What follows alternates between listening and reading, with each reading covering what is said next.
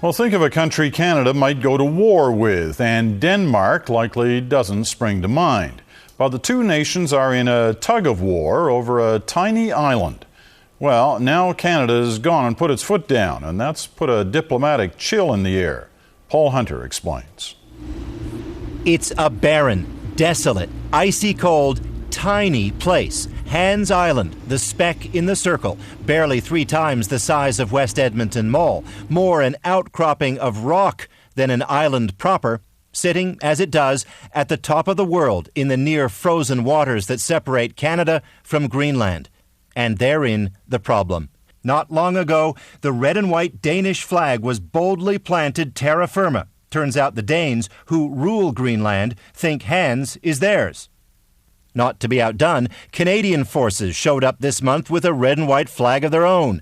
It's a territorial tiff that began in the 70s when neither country could agree who holds Hans, with suddenly now renewed posturing.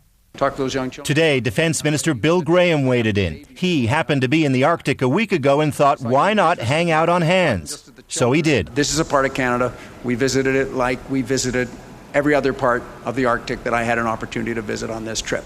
The heck with the Danes, he told reporters. This rock is our rock. We'll talk to the Danish people about their position, but our position has always been clear. It's Canada. And I went there just as I would have gone anywhere else in the Arctic.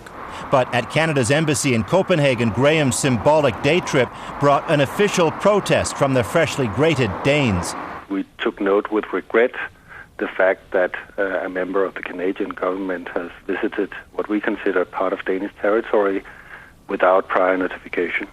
Much ado about mere flags? Some think there's oil and gas to be had in these waters. Others insist it's simply sovereignty and security driving the debate, especially since 9/11. There is a perimeter view that's starting to creep into discussions about security of North America. That means having secure North American Arctic waters, above all.